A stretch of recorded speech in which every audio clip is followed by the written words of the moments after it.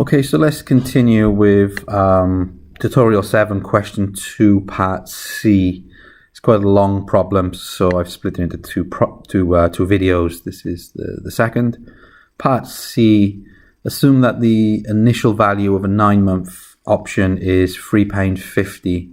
Explain how to make a risk-free profit. So what we did in part A was take a look at the movements in the stock and the options. We calculated the number of shares needed for the no risk, the condition, the arbitrage, no arbitrage condition. We got the price should be £3.76. So the question says, what happens if it's £3.50? Okay, so theoretical value £3.76, the market value £3.50. What do we do? This is part C.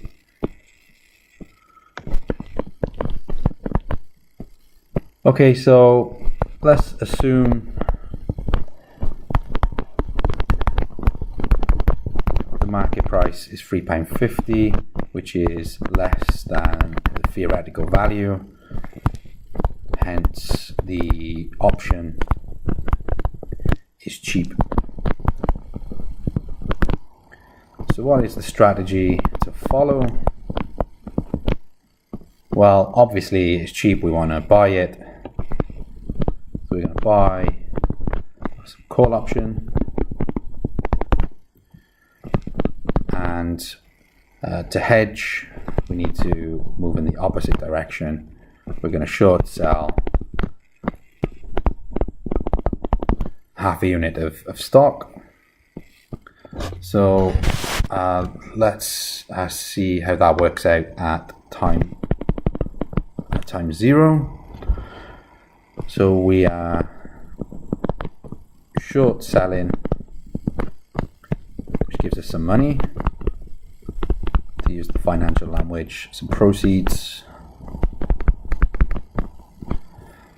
And the share price we're given is £40. This is S0. So we have £20 in cash in our hand. We're buying the call option for the market rate, which we're assuming is £3.50. Net position, so the 20 that we collect, take away £3.50 we just spent, which is £16.50. Cash is invested at 10%.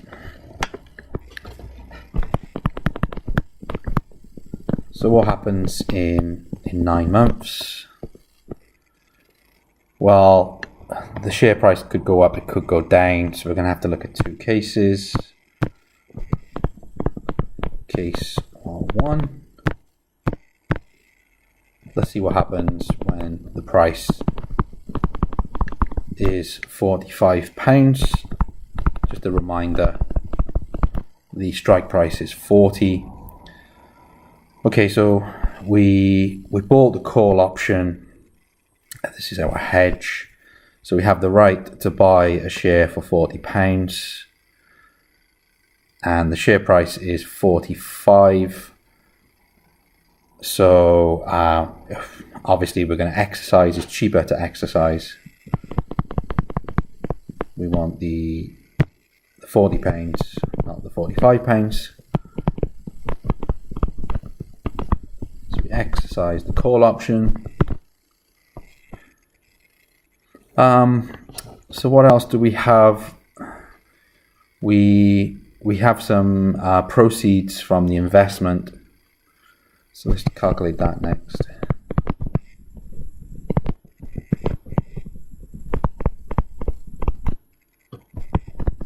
So we need to finance the situation. So we have the £16.50 compounding at 10% over 9 months.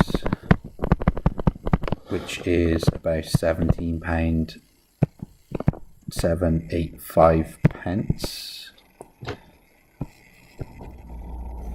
Okay, so now we're going to buy the share. We're going to use the option to buy a share for the strike price K.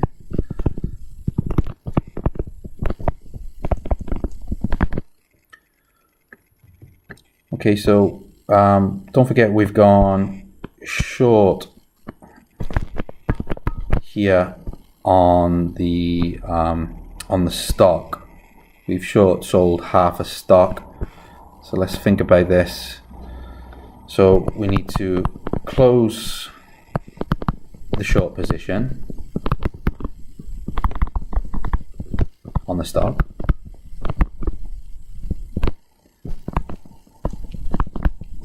So we need to return half a unit to the holder. We shorted half a stock. So in our hand we have half a unit. So we sell this half a unit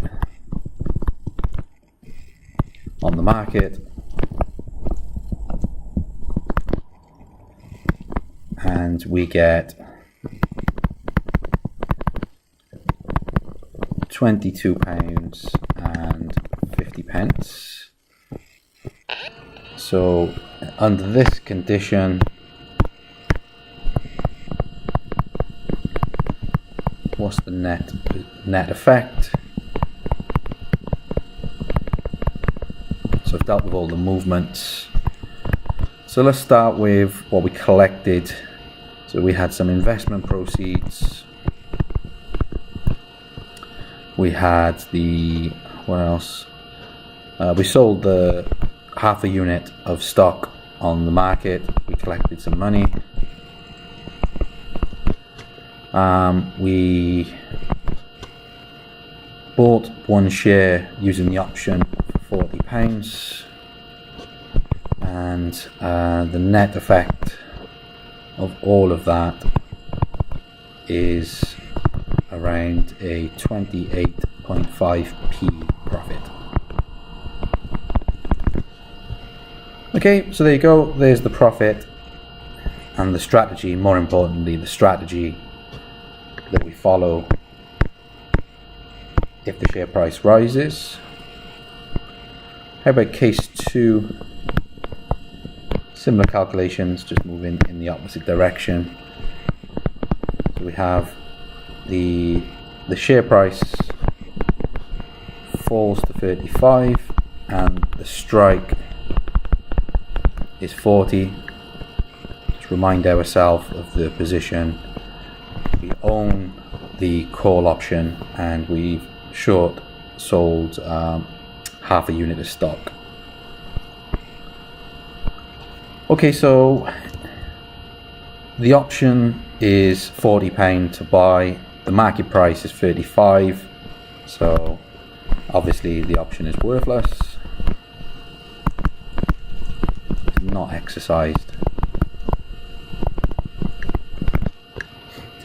Okay, so we need to close the short.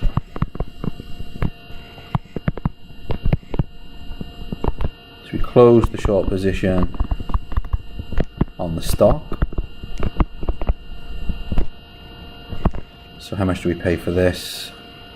We have half a unit using the market rate. So we need to buy £17.50 worth and return it to the holder.